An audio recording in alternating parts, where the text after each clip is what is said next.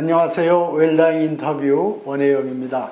오늘은 오랫동안 웰다잉 강의로 수고해 오신 웰다잉협회 김지영 지회장님을 모시고 웰다잉 교육에 관련된 여러 가지 궁금한 사항 물어보도록 하겠습니다. 반갑습니다. 네, 반갑습니다. 네. 우리 김지영 지회장님은 웰다잉 강사 또 상담사로 하시기 전부터 심리 상담 교육에 오래 종사해 오셨는데 주로 어떤 일들을 해 오셨나요? 예전에 30대에는 주로 놀이치료사를 활동을 좀 했었습니다. 그러다가 이제 제가 좀 몸이 좋지 않아가지고 그때부터 쉬면서 좀 휴식 시간이 좀 길었어요. 예, 그래서 그 이후에 이제 제가 웰다잉을 접하게 된 계기를 좀 설명을 드리면 이해를 하실 것 같습니다. 네. 그러니까 좀 건강이 안 좋아지면서 웰다잉에 좀 더 관심도 갖게 되고 알아보고 그러면서 내가 이런 교육 상담 활동도 웰다잉에 집중해야겠다 이렇게 자연스럽게 변화가 온 거네요. 네. 일단은 저는 웰다잉을 사실은 죽음 때문에 굉장히 두려워했던 사람이었거든요. 예, 그래서 지금 제 나이가 사실은 환갑입니다. 네, 그런데 39살 때 암이 왔었습니다. 그래서 처음에는 이제 갑상선 암이라고 시작을 해서 병원에 들어갔는데 의외로 상태가 굉장히 좀 심각한 상태였어요. 그래서 주변에 림프절까지 다 전이가 돼서 뭐 1차, 2차 수술을 통해서 암, 세포라든가 이런 혹들을 한 50몇 개를 목에서 떼냈습니다. 그러다 보니까 그 후유증이 이제 어떤 걸로 나왔냐면은 주로 음식을 조금 먹었다 약간 자극적인 음식이 이렇게 들어오거나 그리고는 수면 중에 가끔 침을 잘못 삼키거나 자는 중에 그리고 물을 마시다가도 조그마한 물방울이 조금만 잘못 들어가도 들숨 날숨이 전혀 안 되는 거예요. 그래서 호흡이 딱 마비가 돼서 기관지가 일종의 경련 비슷한 상태라고 말을 제가 들었거든요.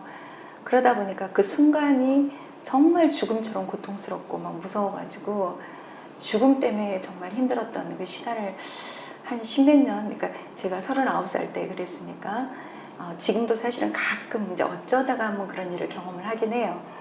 그래서 굉장히 죽음 때문에 무서워한 상태에서 우연히 제가 조선일보인가를 보고 있었었는데, 그러니까 웰다잉이 한국에 이렇게 저희들에게 알려지기 전에 그 신문 기사에서 웰다잉이라는 기사를 제가 읽게 됐습니다.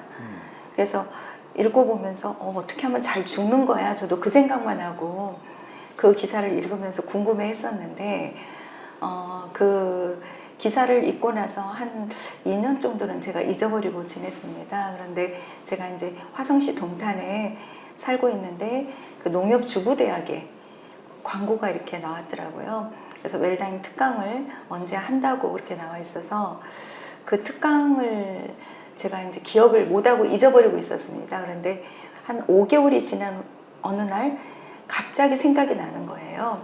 웰다잉 강의가 있었는데 그래서 전화를 농협에다 했더니 다음날 웰다잉 특강이 있다고 알려주셔가지고 그 자리를 가서 저희 협회의 대한웰다잉협회 회장님을 만나 뵙고 그날 바로 제가 이제 천안에서 기본교육과정이 열리니까 내려와 봐라. 그래서 그냥 밤에 그날 바로 내려갔습니다. 그래서 주변에서 저한테는 죽음 때문에 굉장히 두려워하고 무서워할 때는 가족이라든가 주변 친구들은 운동해라, 좋은 음식 먹어라, 또 신앙생활 열심히 해라, 그런 말들을 굉장히 조언을 많이 했어요. 그런데 제가 정말로 삶을 어떻게 하면 그러니까 건강하게 잘 살까에 집중을 막 하다 보니까 오히려 그게 저한테는 좀 독이 되더라고요. 그래서 죽음이 더 집중하게 됐고 두려웠습니다. 그래서 천안에 내려가서 기본과정, 심화과정을 바로 연결해서 제가 배우게 됐습니다.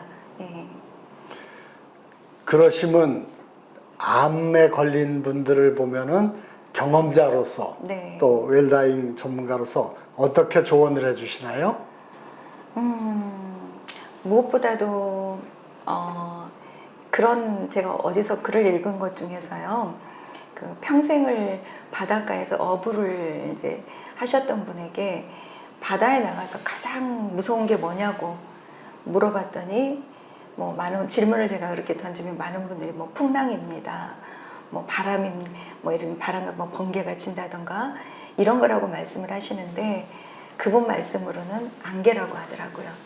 물안개가 껴서 앞이 아무것도 보이지 않을 때가 그렇게 오랫동안 어부 생활을 했어도 자기가 가장 무섭더라 하는 말이 사실 저도 동일하다고 보거든요.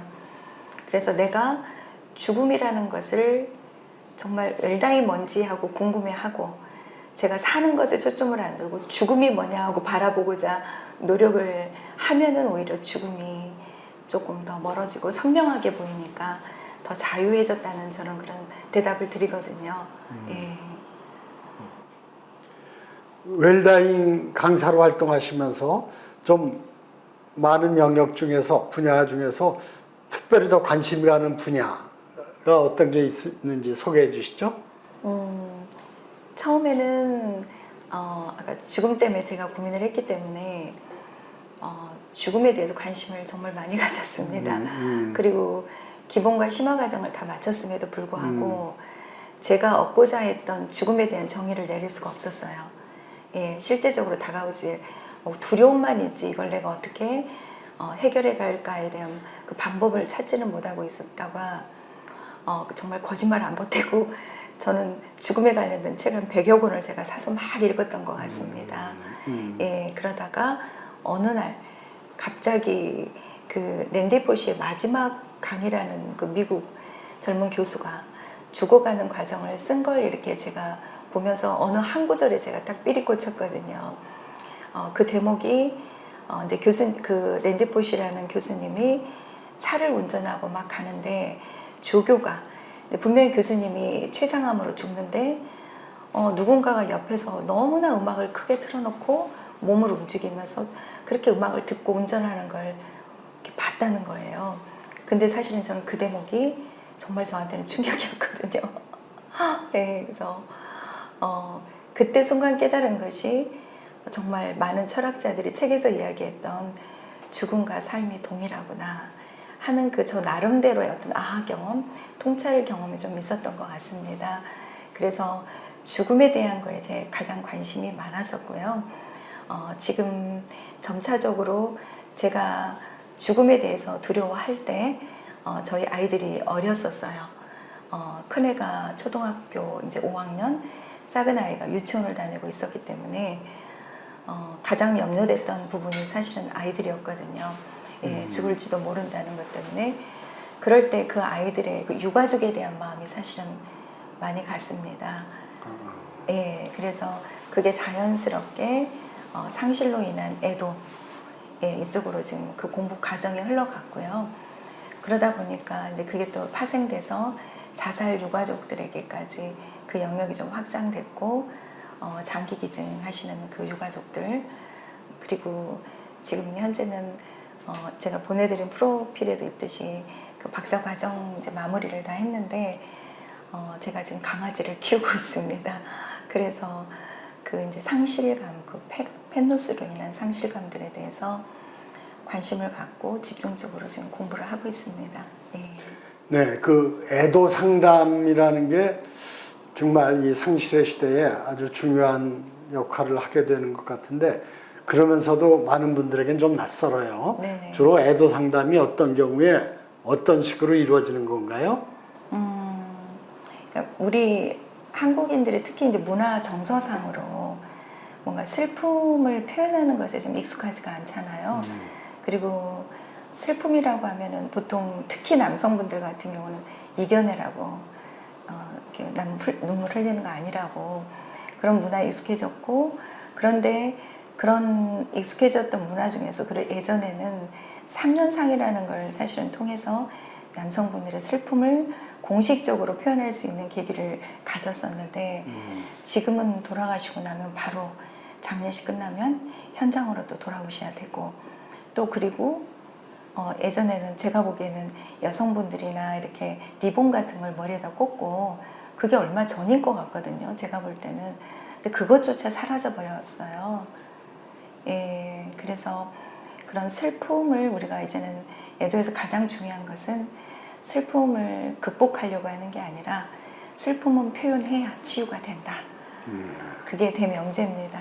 예. 예, 그러니까 슬픔을 망각하고 몰아내는 것이 아니라 표현함으로써 더 받아들이고 소화해내고 그런 것이 정말 자연스럽고 아주 바람직한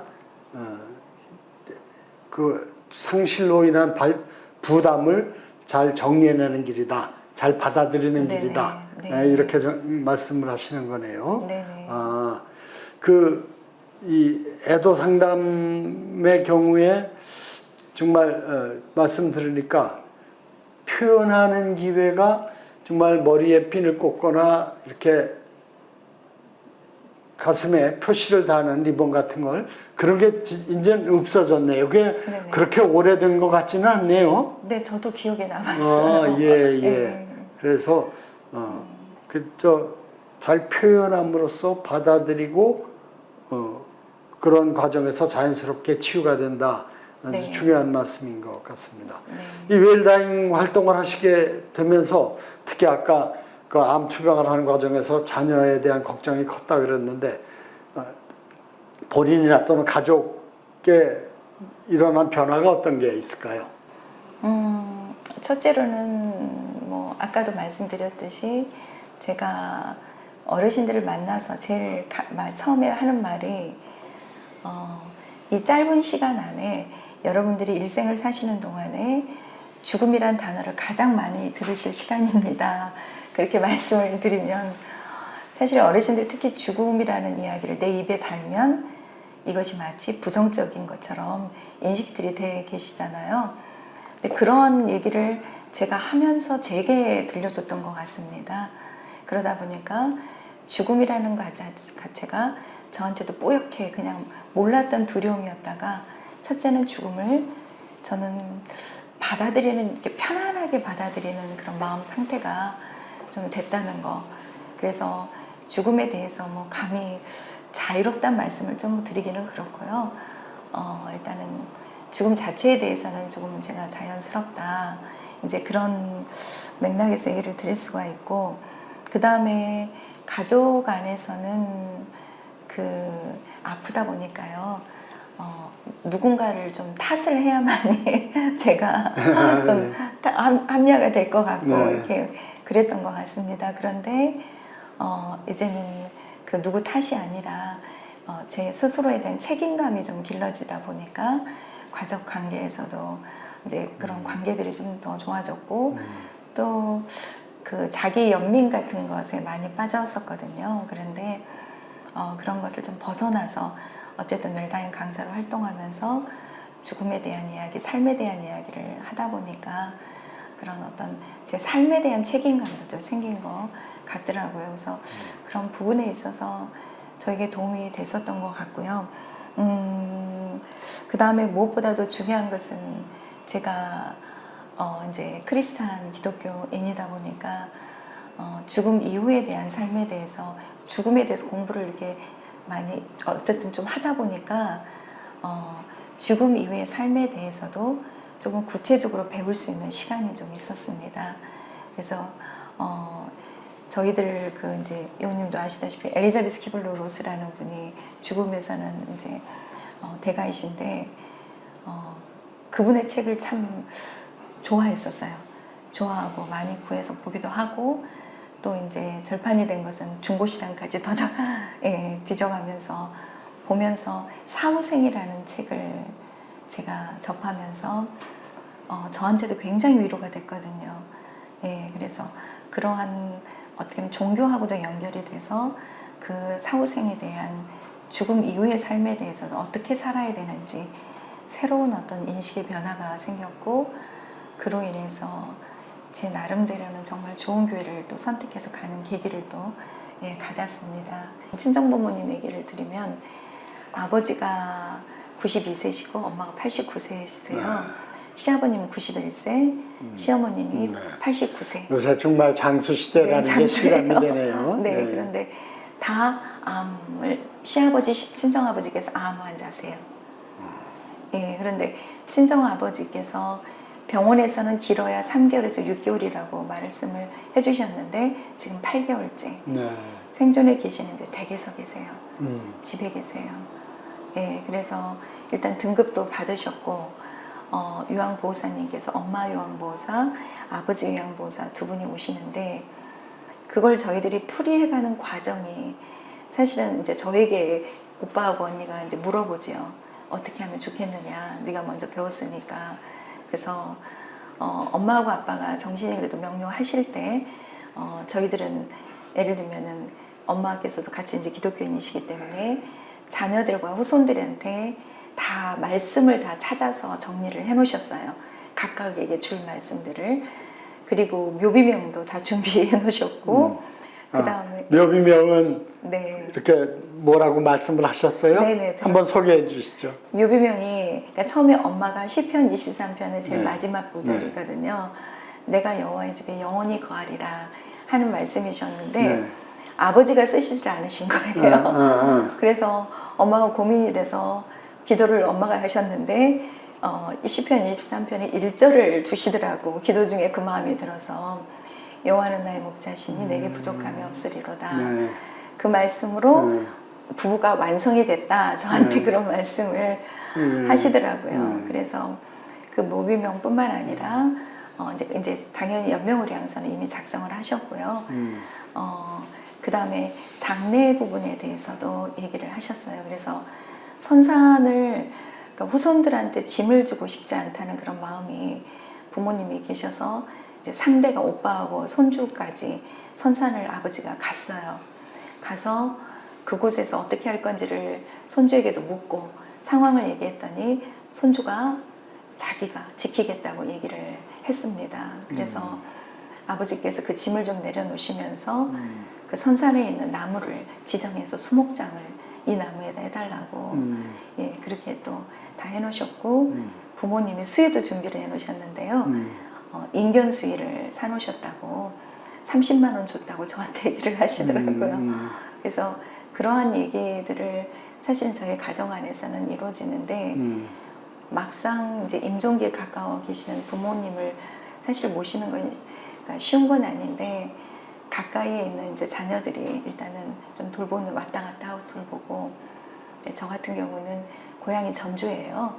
예, 그래서 전주다 보니까 2주나 3주에 한 번씩 내려가서 이제 2박 3일 정도 자고 그때 이제 오빠 언니가 쉬고 그래서 좀 역할을 분담을 해서 저희들이 돌보고 네. 있습니다. 예. 그 묘비명을 정하셨다. 성경 구절에서 한 구절을 찾아서 네. 그 묘비명을 한번 그렇게 좋은 문구를 가져오는 것도 좋겠고 내 삶을 내가 좀 정리해서 가장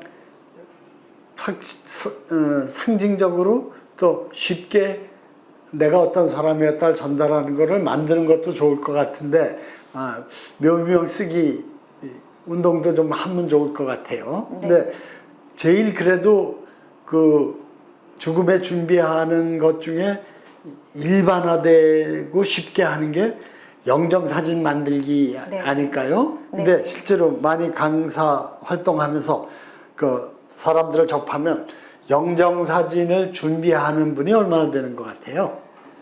하셨다는 분들도 한 30% 정도는 30% 요? 네, 왜냐하면 예. 복지관에서 그 행사를 하시더라고요. 네, 예.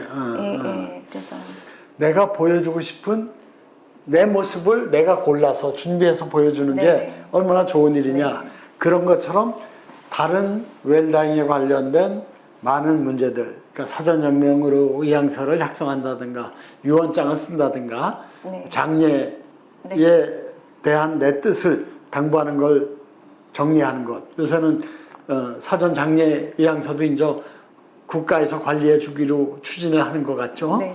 그래서 그런 거에 대해서 다 연관지어서 이렇게 준비하면 다 내 뜻대로 이루어질 수가 있다. 네. 필요하다라고 교육하면은 효과가 아주 있을 것 같아요. 뭔가를 이렇게 사전 장례 의향서라는 것도 저희들이 이제 알고 이렇게 전달하기는 하는데 그걸 평소에 제가 그랬습니다. 어르신들한테도 만나서 자녀들하고 죽음 얘기를 좀 편하게 하시라고, 그런 얘기가 좀 돼야 내가 이런 것들을 준비했다고 이제 말씀을 이렇게 제가 드리면서 우스갯소리로 뭐 그 식탁에 당근 이제 그 얘기를 살짝 비추면서 당근 꽃말이 죽어도 여한이 없으리라는 그게 꽃말이라서 식탁에 앉으셔서 여러분 당근 음식 얼마나 많이 나옵니까?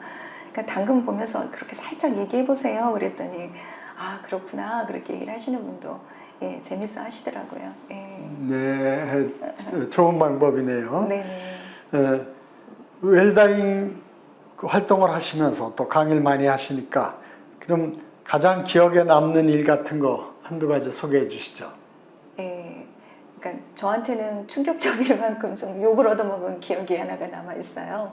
처음 웰다잉을 배우고 웰다잉 강의를 이제 하루 집단 프로그램을 들어갔는데 조금 환경이 좀 열악하신 이제 상황이 있는 곳을 제가 갔습니다. 거기서 죽음에 대한 이야기를 했는데 갑자기 어떤 어르신이 벌떡 일어나듯이 네 강의 못 듣겠다 저한테 이러시더라고요. 그래서 나 살면서 행복한 순간이 한 번도 없는데 왜 나한테 죽음 얘기를 하냐고 이렇게 얘기를 하길래 제가 그랬죠. 정말 그래도 사시면서 혹시 자녀라도 나셨을 때 행복하지 않으셨을까요? 그랬는데 저한테 나는 막말을 하시면서 새끼도 못 낳았다. 예. 그러면서 그분을 보면서 느낀 것이, 그러니까 죽음이라는 것이 쉽게 받아들여지는 게 아니구나. 그리고 자기 삶이 반영이 돼야 이게 죽음도 잘 수용하고 통합되는구나. 그런 생각을 했던 게 있었고요. 그리고 또 하나는 추모공원에 이제 갔을 때 다 강의가 끝났더니 60대 초반의 남성분이 저에게 찾아와서 병색이 좀 짙더라고요. 그러면서 저한테 솔직히 얘기를 해달래요. 죽으면 어떻게 되냐고. 예. 그래서 그거에 대한 답을 할 때 좀 마음도 아팠고, 정말 뭐 그거는 믿음의 차원이기 때문에 제가 뭐 이러고 저러고 말할 수가 없어서 그분이 되게 기억에 좀 남았고요. 그리고 제가 저희들 화성시 보건소하고 연합이 돼서요, 임종기 환자들, 암 환자들을 대상으로 웰다잉하고 조인이 됐습니다. 그래서 그 제가 호스피스를 하시는 분들, 그분들 가정을 방문해서 죽음 임종 그런 프로그램들을 운영을 하고 있습니다. 예, 그게 제가 알기로는 화성시 보건소에서 처음 하는 거라고 제가 알고 있거든요. 그런 것 같네요. 네네. 아주 중요하고 또 막상 하려면 좀 막막한 어려운 일들을 지금 네네. 시험적으로 추진하고 계시네요. 네. 그래서 그 작년도부터 그 사업이 들어가서요. 저희들이 올해는 지난주에 마무리가 됐어요. 그 네. 케이스가. 그리고 지금 저한테는 조금 어렵다고 마음에 느꼈던 분들인데 아마 처음인 것 같습니다. 만성 조현병 환자들 의뢰가 들어왔습니다. 네. 집단 상담 의뢰가 들어와서 웰다잉 교육을 시켜달라고. 그래서 그분들 내일이면 마지막 날이에요. 네. 예, 그래서 그분들에 대한 기억이 가장 남습니다. 그러면 임종기의 환자분들에게 웰다잉, 죽음을 어떻게 준비하는 게 좋은가에 대해서 어떻게 설명을 하시고 또 받아들이는 태도는 어떤가요? 저희들 처음에 이제 회의를 진행하고 할 때는 고심을 정말 많이 했거든요. 저희들이. 그래서 과연 죽는다고 하면은 뭘 하고 싶으실까? 뭘 원할까? 그래서 저희들이 주로 그분들이 소망하는 걸 이루어주는 걸 주로 프로그램을 짜자. 하고 싶은 것들이 뭔지 못하는 것들을. 그런데 대상들이 보건소에서 관리하시는 분들인데 기초수급자 분들이세요. 그래서 가장 그분들에게 중요한 문제는 외로움이시더라고요. 예, 특히 아픈 상황에서 외롭고 열악한 환경 이런 것들이 제일 문제가 막상 가서 보니까 네. 예, 그래서 저희들은 그분들이 못하는 것들, 하고 싶은 것들에 대한 포커스를 맞춰서 좀 진행을 해드리고, 그리고 비록 지금 형편이 좀 어려운 상황일지라도 어려움도 잘 살으셨다는 거에 좀 중점을 맞춰서 예, 좀 지지해주고 예, 그런 역할을 하려고 이제 했었고요. 그리고 그분들은 외롭다 보니까 너무너무 얘기를 하고 싶어 하세요. 예, 얘기를 네, 네. 들어주는 것, 네네. 네, 대화 상대가 있다는 것 자체가 그분에게 아주 정말 소중하고 좀 행복한 네. 환경을 만들어 주겠죠. 네네. 네. 그럼 그 죽음을 앞둔 분들에게 죽음에 대한 얘기를 하는 게 참 어려울 것 같은데 네. 예를 들어서 어떻게 좀 같이 생각해 볼 것을 좀 전달하고 그렇게 그 화법이라 그럴까? 그런 게 좀 개발된 게 있나요? 뭐 합법이라기보다 화법 같은 경우는 이제 저희들이 상담적으로 저희들이 가능하면 좀 접근을 하자고 그랬어요. 그래서 그분이 표현하신 언어에서 좀 받아서 긍정적으로 좀 이렇게 이끌어드리려고 말씀을 많이 해요. 예, 그래서 죽음에 대한 걸 듣고 싶어 하시지 않습니다. 네. 그리고 임종기 환자들을 볼 때 느끼는 게 저희들 생각으로는 오히려 삶의 포커스가 더 맞춰 계세요. 삶 자체. 그래서 죽음을 자꾸 듣는 것도 싫어하시고 죽음 이야기도 안 하려고 하세요. 정작. 네. 그래서 저희들이 생각하는 어떤 목적들을 뭐 100% 이뤘다고는 할 수는 없고요. 그러나 그분들에게 그런 인생을 조금 돌아보고 그런 말씀들은 하세요. 좀 돌아보니까 과거를 또 회상하다 보니까 저희들이 또 그 가운데서 미진한 것들 있잖아요. 살면서 뭔가 이랬으면 좋았는데 못했던 것들이 그걸 현실적으로 해결할 수 있는 게 뭘까요? 그래서 그 방법들을 좀 저희들이 같이 찾아가는 작업을 해요. 예, 그래서 그분들이 돌아가실 때 좀 후회 없이 돌아가실 수 있도록 하는 그걸 좀 역할을 하는데 좀 포커스를 맞췄고요. 그리고 죽음은 작년 같은 경우는 저희들이 중간에 드랍됐어요. 한 팀이. 왜냐하면 상황이 안 좋아지셔가지고 호스피스 병동으로 바로 들어가셔야 되는 분도 계셔서 예, 근데 그분도 역시 호스피스에 대한 얘기도 못 꺼내게 하셨어요. 저희들한테. 네. 자기는 살 수 있다고 예, 생각하시더라고요. 날 왜 예, 죽는 걸로 연결을 시키느냐. 기정사실화하고 네네. 그쪽으로 몰아가느냐 네네. 이렇게 거부감을 느끼시더라고요. 네, 그래서 네. 안 들으려고 하세요. 네. 예. 그런 점에서 어쨌든 죽음을 받아들이고 잘 준비하는 게 현재 남은 삶을 그 아름답게 마무리하는 거다. 이걸 전달을 하긴 해야 할 텐데 네. 막상 그런 처지에 있는 분들에게 어떻게 이걸 할 수 있을까가 항상 고민일 것 같은데 네. 어려움이 많으시겠네요. 네, 고민을 하고 있습니다. 네. 그래서 일단은 저희들이 왜 들어왔는지에 대한 목적을 말씀을 드리면 그것이 일단은 전달되는 거라고 생각을 그걸 하기 뭐라고 때문에 설명을 해줘요? 그 목적을. 저희들이 일단은 이제 보건소에서 이렇게 의뢰를 받고 저희들은 웰다잉 강사라고 말씀을 드려요. 네.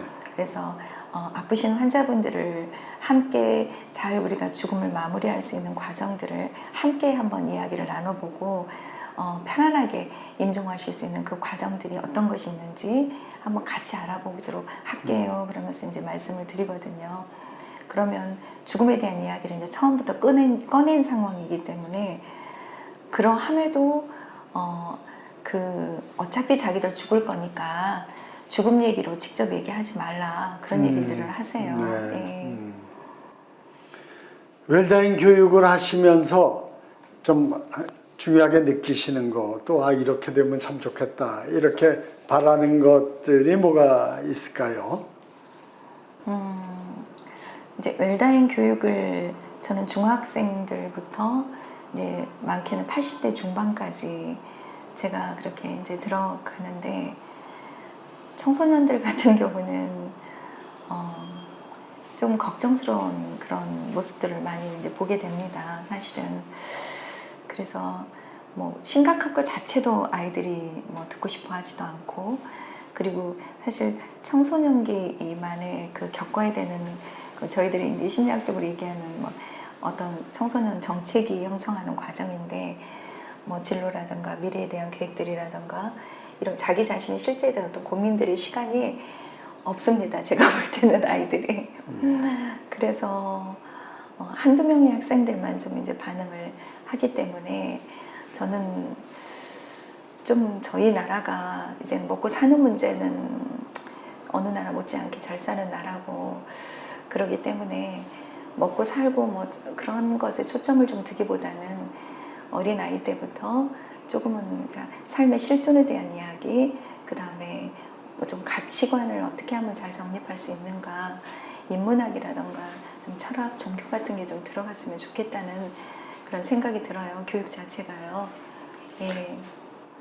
네, 다른 나라들은 정규 교육에서 그 학생 시절부터 죽음에 대한 교육을 고 젊은이들의 감각에 맞게 적절하게 교과 과정을 편성해서 한다는데 우리는 그게 없어서 굉장히 네. 아쉽습니다만 네. 그러다 보니까 어쩌다 개별적으로 특수한 강의를 통해서 우리 그 청소년들이 죽음의 문제를 잘 바라볼 수 있게 하도록 도움이 주는데 저 어려운 점이 있을 것 같네요. 네네. 죽음이 나이 드신 분들의 문제만이 아니라 삶과 죽음이 하나이기 때문에 모든 그 시민들이 좀 적절하게 자기의 상태에 맞춰서 죽음의 문제를 이해할 수 있도록 좀 그 우리 사회의 그 교육 방향이 좀 만들어지면 네. 좋겠다 하는 얘기들을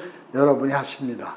여러 가지 여건이 잘 안 갖춰진 상태에서 웰다잉 문화를 위한 강의를 하고 계시면서 정말 이 강사로서 무슨 역할을 내가 하고 있구나, 그리고 또 앞으로는 어떤 쪽으로 더 해야 되겠구나 이렇게 생각하시는 게 있으면 말씀해 주시죠.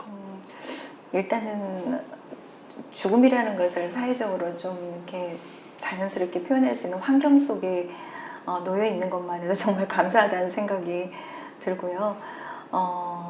그리고 이분들에게 저는 강사라고 하는 게 사실은 예전에는 초반기에는 뭔가 제가 이렇게 살아야 되는 것이 좋습니다.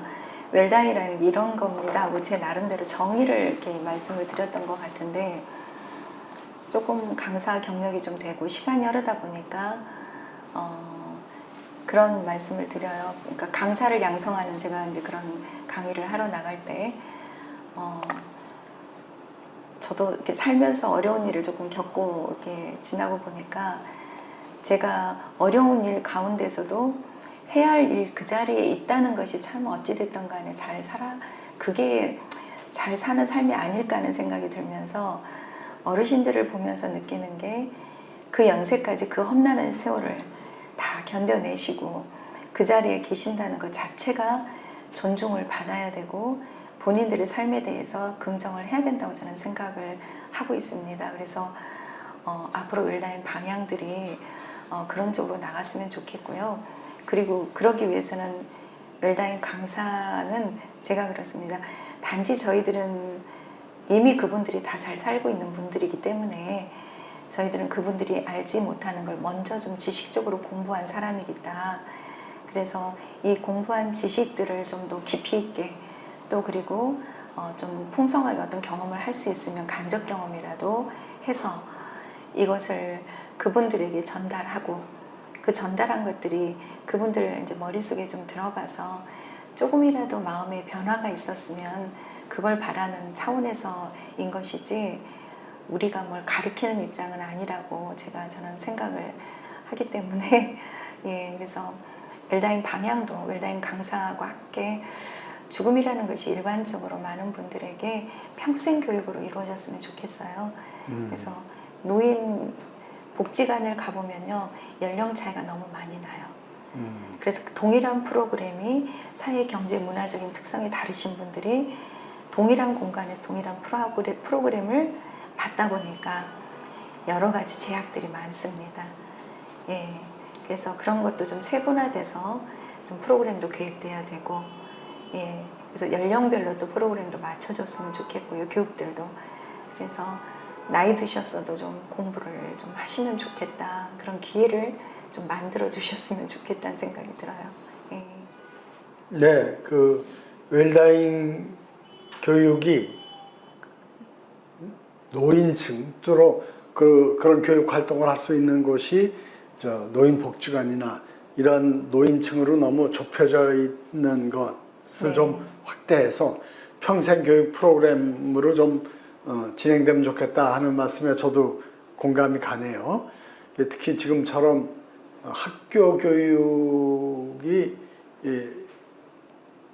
일정한 기간 중요한 역할을 하지만 그 뒤에 사회생활을 하고 또 나이 먹고도 또 20, 30년을 살아야 하는 장수시대에 평생 교육의 개념이 훨씬 더 확장되고 그 중에 웰다잉이 중요한 영역이 될 수 있도록 좀 노력을 해야 되겠다고 생각을 합니다.